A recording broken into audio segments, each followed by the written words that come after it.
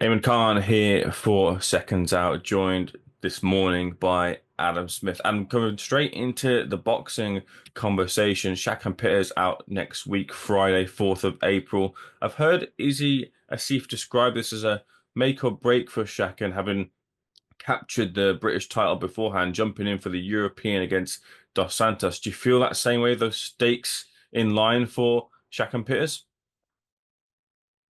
Yeah, morning. Hope you're well. Good to see you, bright and early. I think it's a huge fight for Shakan Pitters.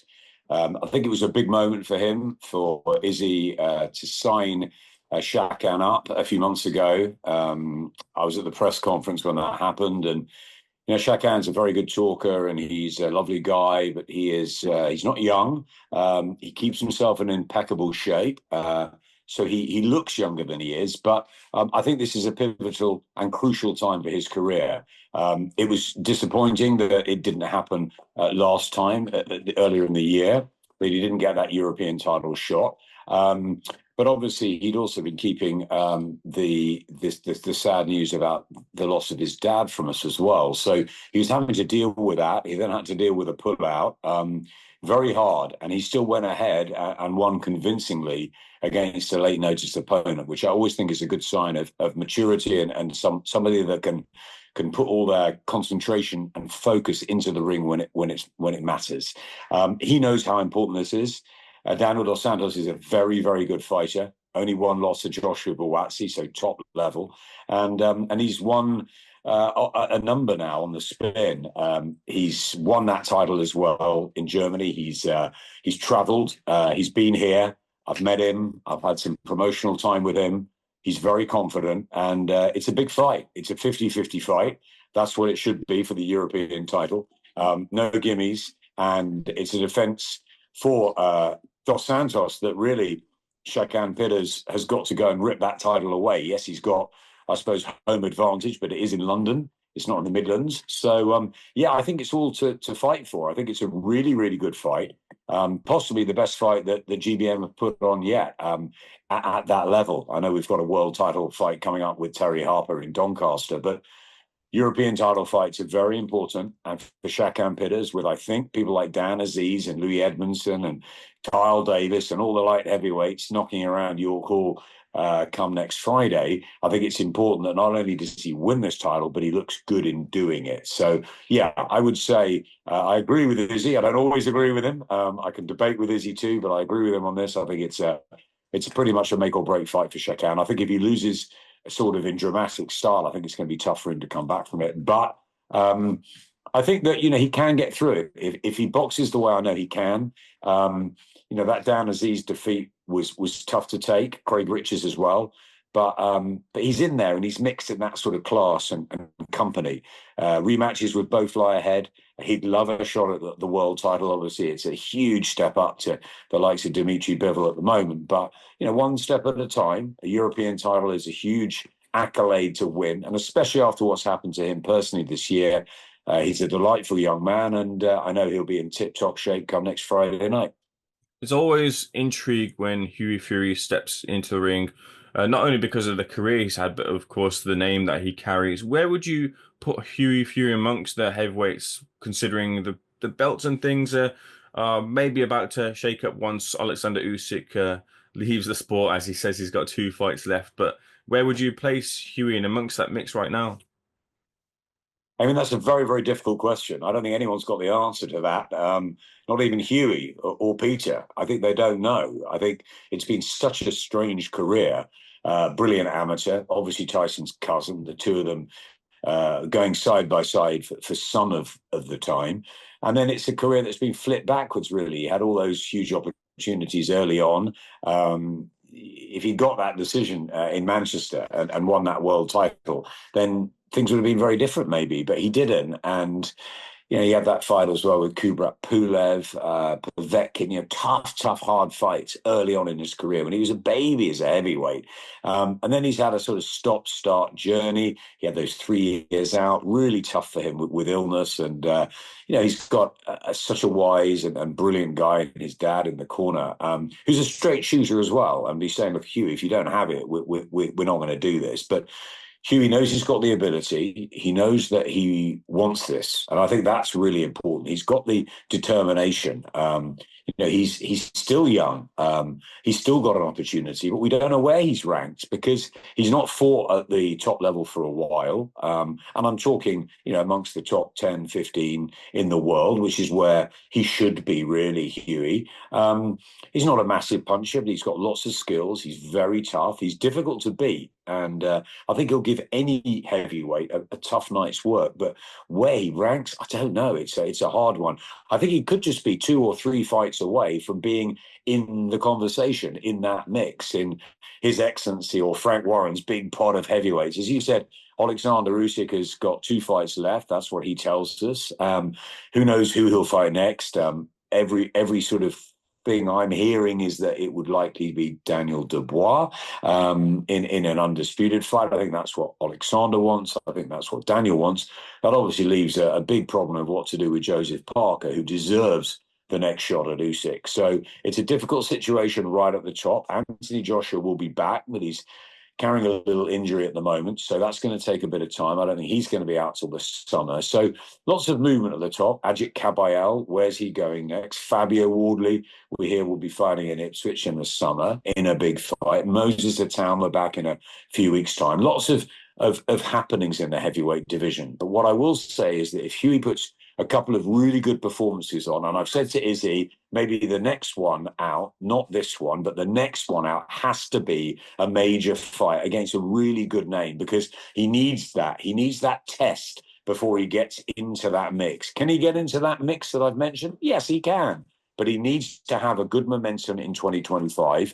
Starting next week, he needs to win 2, 3, 4 fights and be knocking on that door. And I think he can get an opportunity. What I love about Huey Fury is all the negativity. What's he doing with his career? Where is he? How good is he? All of that. He sticks to it, and he is dedicated, and his desire is to become the world heavyweight champion. Will he achieve it? I don't know. I don't think any of us know. I don't think even his dad knows. Has he got ability? Yes. Has he got the heart and the spirit? I think he does. He's come back from illness. He wants to do it. And Eamon, he doesn't have to do it. Financially, they're in a great spot. You go down to Peter Fury's house in the Cotswolds, they've got a nice life, right? Peter doesn't have to do this. Huey doesn't have to do this, but they do. And that tells me that he wants to win a heavyweight championship. Will he? We'll have to wait and see, but it's going to be exciting finding out. But he needs to fight good opponents this year.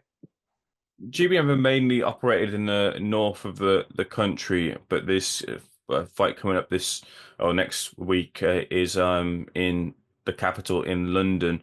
Have you, being in the seat that you've been, which is as close as you can be without being an active fighter or part of the team for many years, ringside, have you seen a difference between fight fans from the north compared to the ones down the south? Do they take fights differently? Do they like different type of fights than they do up north? What's the key to success for GBM to capitalizing upon more fight nights and dates in and around the center of the country? You always ask interesting questions, and that's another one. I haven't heard that before. I've spent my life traveling, as my wife will tell you, up and down the UK, abroad, on the road during the last 30 years or so. And I think fans are different from different areas. I think there is a crowd at York Hall, for example, that are pretty regular, that come back. They're real fight fans that doesn't matter what level they're watching or sort of who they are, they'll come and they'll have a good night out of the boxing. East End, traditional area, York Hall, spit and sawdust. GBM will light it up, by the way, production-wise. But yeah, and you've got a fight like Tin and Bradley and Ben Crocker. And that's just a cracker. It's a brilliant fight at super lightweight. It's a great fight. Is it as good as Dalton Smith and Adam Azzi? No, but it's a good meeting of very, very decent prospects, undefeated. And it's exactly the sort of fight that gets York Hall juices flowing. You go up to the north, you go to Newcastle, and it's a night out, and everybody's in a different sort of frame of mind. Everyone's sort of making a weekend of it. Manchester too sometimes. Liverpool, one of your own, if you're, it's the football, it's their fighters. You know, Nick Ball is loved in Liverpool. You know, everybody goes to watch him. So I think it's different around the country. And someone like Shakan Pitchers, for example, you know, from the Midlands, I think Birmingham starting to get going again now. A few more fights happening under Frank Warren, under Ben Shalom, under Matchroom. I think more is coming there. I've been to Nottingham recently with Kyle Davis, who I've got an interest in, and Carl's from Stoke. And there's a lot happening around those sort of areas. So expect more in the Midlands in the future. But GBM, Yorkshire based. And I think Izzy obviously is a Sheffield boy. He fought in Sheffield. He knows Sheffield. So the connections and the fighters, huge fight city, of course, are there. So I think it was only right for him to start in Sheffield. And I think sometimes he likes going back there to sort of reconnect with the people, with the community. I think he's very close to that. But as you've seen, he's gone on the road to the Midlands. We've been to York Hall before. We're going to Ireland coming up soon. That's a big trip over the water. You know, we've had shows outside of Sheffield in Rotherham, and we've also got probably the biggest show GBM have ever put on in Doncaster at the end of May, so at the stadium. So I think variety is the best. I think you'll see when, I remember when AJ was coming through and Eddie and I were talking and we decided that he should go around the country and everyone should get to see him because that builds, you know, the interest. And I think fight fans in the North and the Midlands and the South are slightly different. Look, if you like boxing, you like boxing, but maybe there's areas that the casual fans would join more on and it's easier to sell.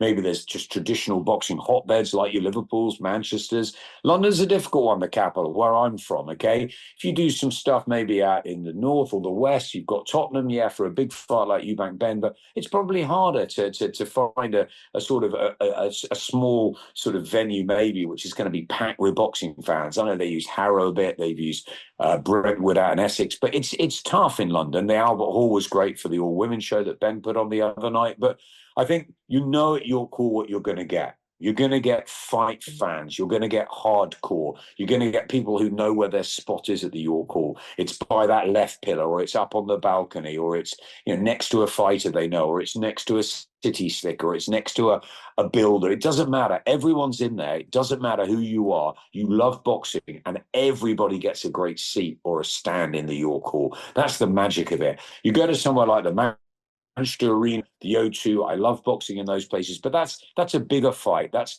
you know, that's a story that's been built. So they're different fans for different places. It's a great question. I think GBM feel at home in Yorkshire, but I've told Izzy you have to go on the road and you have to move around, and then you have to find fighters that will sell in those areas, and that's key too. I was in Manchester this week around the Pat Brown fight, and to see Pat Brown and William Crawler and the youngsters sort of coming through in Manchester, that's really important, that you've got that set that sort of follow each other, and you know, the likes of your Jamie Moores and your Anthony Collars and trainers that are hot at the moment. And you know, promoters want that because they want ticket sellers, and then the fans come and join on. So I think there are different fans and fighters around the country with different sort of followings, but it's important for a company like GBM, I believe, even though Yorkshire and Sheffield based, to get around. But there's nothing like home. And Doncaster is near Sheffield, but not in it. But I know then the Sheffield fighters, the connections will be coming out, the Doncaster lot. It's a big, big night for Yorkshire. So I think things like that, like Callum Simpson's going to have in Barnsley, are important.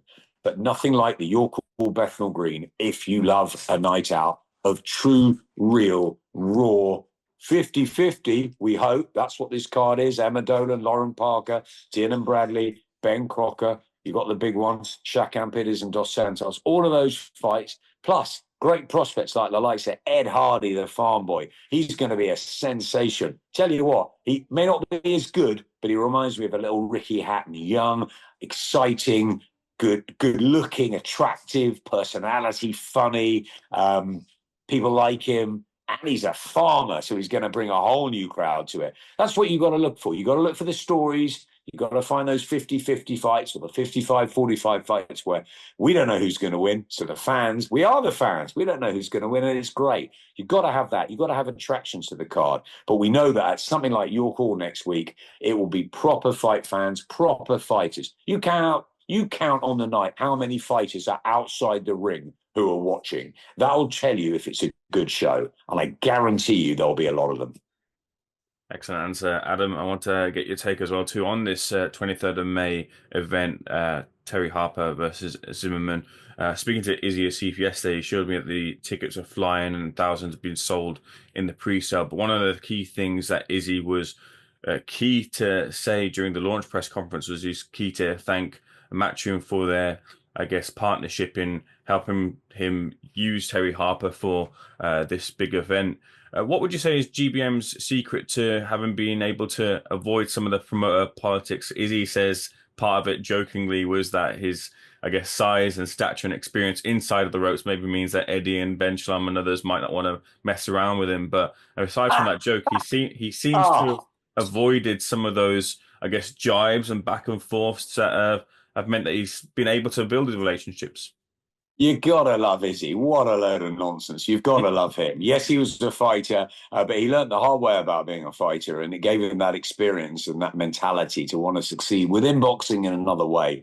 He's been steeped in history in boxing, but he knows that Eddie and Frank and Ben are way ahead of him at the moment, but way ahead. Well, and he wants to narrow it. He wants to be joining them at the table, and the most important way of doing that is collaborating, and that's the key, I think.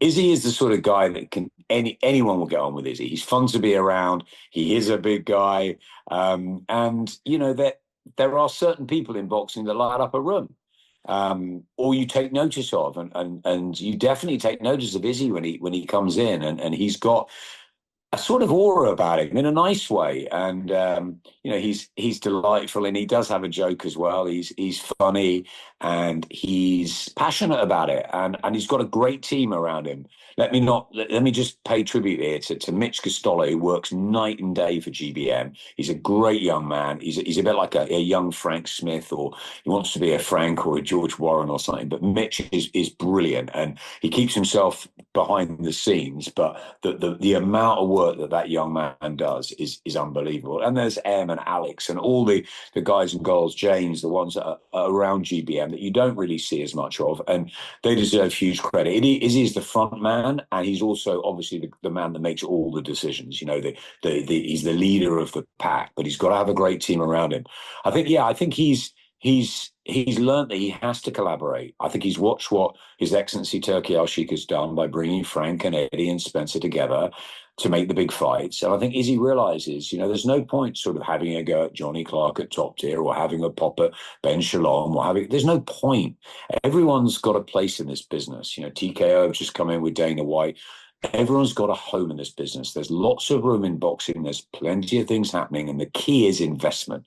And I think that now GBM have got the DAZN platform. I think that's a big step and a big move. And I think providing that Izzy can keep rolling out really good shows and keep the momentum going, and the fantastic social media and the production values, the fighters want to fight at GBM. They see it as a big thing now, which is great. And I think he had Eddie to the show in Sheffield the night before Terry won that WBO title, and it was great. So Izzy and Eddie were chatting at ringside. Obviously, I go way back with Eddie.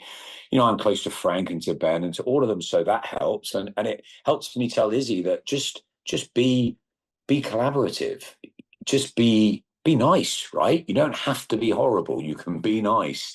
You may have difficulties getting the fights you want. You may have difficulties with fighters at certain times. There's lots of hurdles in boxing, but do it your way. Just do it with decency and yeah. And I think that is great. And I think Eddie likes Izzy. I think he likes what he does. I don't think he sees him as. I don't think Eddie sees anyone. He sees Frank. I spoke to Eddie yesterday, and he sees Frank as a competitive rival and somebody he gets on with now. And I think there's room for everybody. And I think that's what Eddie would be honest and say. He had no interest in Frank Warren. He had no thought. He didn't ever think he'd ever see him.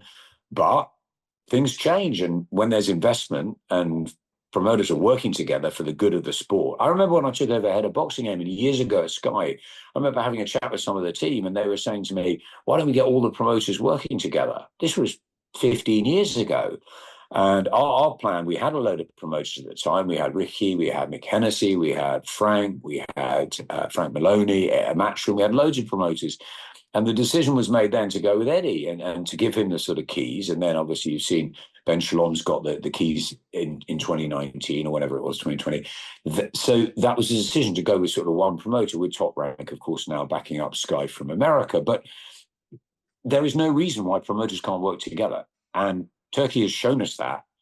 So many big fights have been made that wouldn't have been made back in the day. I think it's fantastic to see. And I think it's great that Matchroom are sort of lending GBM Terry Harper or collaborating with GBM for Terry Harper. It's brilliant. Maybe they couldn't get Terry out on a show, maybe, or just yet. Maybe they didn't have the room, or maybe she really wanted a fight in Doncaster, which she deserves after a great career. And they say, yeah, you know what? That's great. It's a chance for her to fight, at the Echo Power Stadium, right on her doorstep with her fans. She's been amazing for boxing. She deserves that. So is, tell you what, take her, and we'll help. We'll help push this. I think it's fantastic, and I think Izzy can work with Frank and George Warren. I think he can work with Ben Shalom. I think he can work with Kalle Sauerland. I think he can work with anyone, and I think it's terrific. And I honestly think it's only a matter of time before the Saudis see what Izzy's doing. The Americans, the other people, and he's going in the right way. He's only been doing it for 3 years. I think it's brilliant. It's expensive. It's tough. It's 24/7. I think they've done fantastically well to get to where they are now. I'm glad they called me up a year ago when I was coming out of illness and gave me a little bit of a purpose and a reconnection with boxing, and I'm really appreciative of that.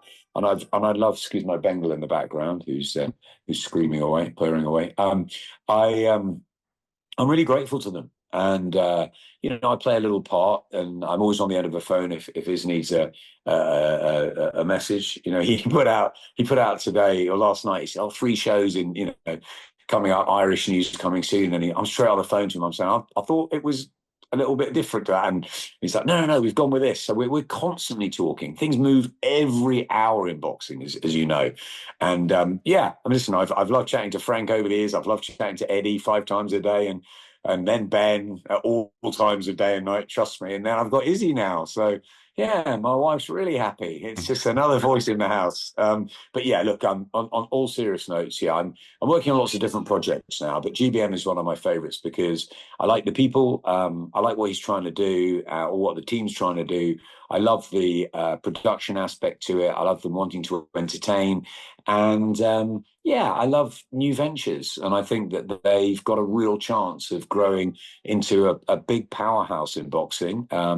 And let's watch this space. You're only as good as your last show. And our last show we got out of jail with, really. Let's be honest, there was a lot of problems with that last show. And we got to be better than that. And April the 4th, we will be. And May the 23rd, we will be again, another step up. And there'll be a big Irish show announced very soon.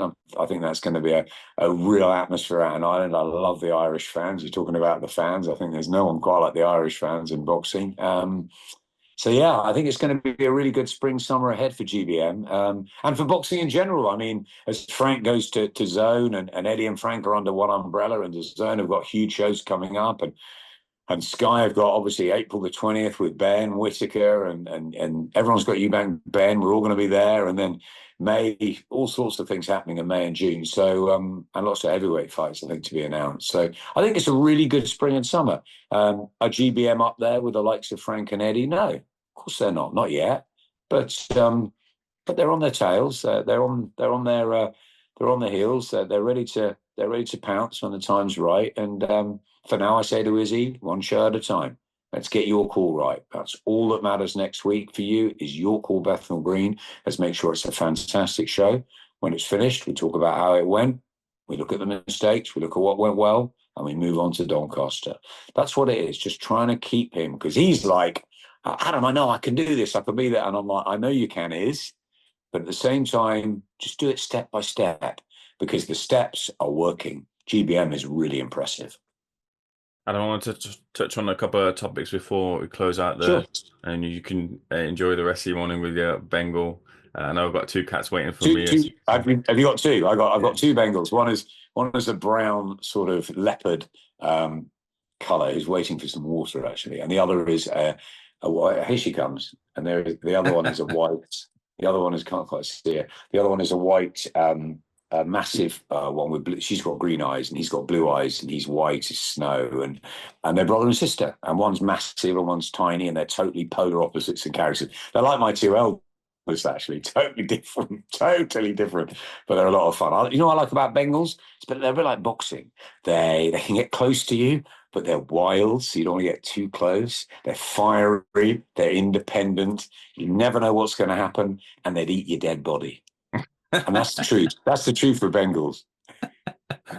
Going back into the boxing chat, Adam, lots of developments, as you mentioned there, in the fast-moving, fast-paced boxing world. Bob Arum has come out and said about the future of Tyson Fury, and he believes that Tyson Fury should stay retired. Doesn't seem like he wants to return to the ring. That means no huge events with Fury coming out with the quotables. That means no fight that we want to see for many years in the form of the British fight with Anthony Joshua. Do you feel that that is the closed and shut door? And would you feel the same way that Tyson Fury should remain retired? I don't think it's the closing door. I have enormous respect for Bob Arum. He's been with Tyson Fury a long time, as has Todd DeBerth, as his top rank, and they've done some amazing things with Tyson in America. Frank Warren's done some brilliant things with him here, and Tyson himself needs not to come back. He has done everything in boxing. I don't think there'll ever be a story quite like his, winning a world heavyweight title in the way he did it, by psychologically getting into Vladimir Klitschko's head and then beating him. And then, the well-known sort of fall into difficulties and hardships, and the way he pulled himself back. And I will never forget when we were in Monaco and Eddie and I were standing, I think, by a workout ring, and Tyson came over, and he must have been 25 stone, probably. And he said, "I'm coming back." And Eddie and I looked at each other. We were almost laughing. It was like there was no way he was coming back to fight in a ring. I would never have expected him to even get in a ring again. So to get in a ring again was an unreal achievement from where he was. And I think he'll probably tell you that battle with mental health and that comeback was the best thing he ever did. However, having gone on to achieve what he has, that trilogy with Wilder, one of the great trilogies, top 5 trilogies probably in boxing history, extraordinary. I think the second fight, probably one of the 2 or 3 best away wins by a British fighter I've ever seen. And 2 very good fights with Alexander Usyk to finish. So could he retire? 100%. Of course he could. He's made all the money in the world. He's got a lovely family. He loves his life in Morecambe, his strange oddity of life, his fun, his wealth, but not his supermarket shopping, and his down-to-earth living. But I think Tyson Fury likes a challenge, and I think he needs challenges. And I know he's in Soccer Aid in June, which is wonderful for Soccer Aid, for Kenneth Shepherd and everyone organising it, and for UNICEF. I think it's brilliant. I can't wait to see him do that. I think it's a fantastic thing to do, and it's something to do. And I think as much as he loves his family and wants to be around his family, he also loves training, and I think he loves a ring, and I think he feels at home in a ring. And I don't think he'll want to look back at his career having not fought Anthony Joshua. That's my gut feeling. So as much as Bob Arum says that, and other people have said to me that Tyson's retiring, and the people close to him, I saw him at ringside for the Derek Chisora night. He didn't stay for the fight. He was there to watch his cousin, I think, and he looked in incredible shape, and he was in and out, but he's still watching. He's still in shape, and a Tyson Fury in shape, I believe, will be looking in and thinking, yeah, I didn't like what happened in Saudi. I didn't get that decision. I wasn't happy with that. I'm not quite content. And I think that Tyson will think he can beat Anthony Joshua. I think AJ will think he can beat Tyson. I think it's a fight that the casual fans need. I think it's a fight that will... It doesn't matter if it's for a world heavyweight title or not, in my opinion. I think it's a fight that will stop traffic, certainly in Britain, still. I think it's a fight. Everybody knows who they are. You walk down the street and you talk about other fighters, the ones we know, the Moses Atamas, the Ajit Kabayels, the Fabio Wardleys. They're great in our world. I don't think people know who they are. Or yet. They will. Moses, they will. But I don't think people do in Ipswich, they know Fabio. But you walk down the street in the capital here in London, people talk about AJ, they'll talk about Fury. They might say AJ's finished. They might say Fury's finished. But they want to see the fight. So my gut is that he'll be back. I would love to see him come back. He showed me in that last fight with Usyk how much he's got left. I know how hard he worked for that fight, locking himself away in Malta. I know how much it meant to him. I actually thought he boxed really well, but Usyk was just a little bit better, and I thought he won it down the stretch. It wasn't a wide. It wasn't a battering. It wasn't it was nothing like that. There were two really competitive fights he had with Alexander Usyk, both, in my opinion, that Usyk won. But Usyk's beaten everybody. So he couldn't quite get it right with Usyk on the night. If they fought a third time, maybe he would. Who knows? Maybe he wouldn't. But they don't need to have that fight again. But I do think the Joshua fight needs to happen for boxing. I think it needs to happen for the casual fans. I think it needs to happen for AJ. And I think it probably needs to happen for Tyson Fury.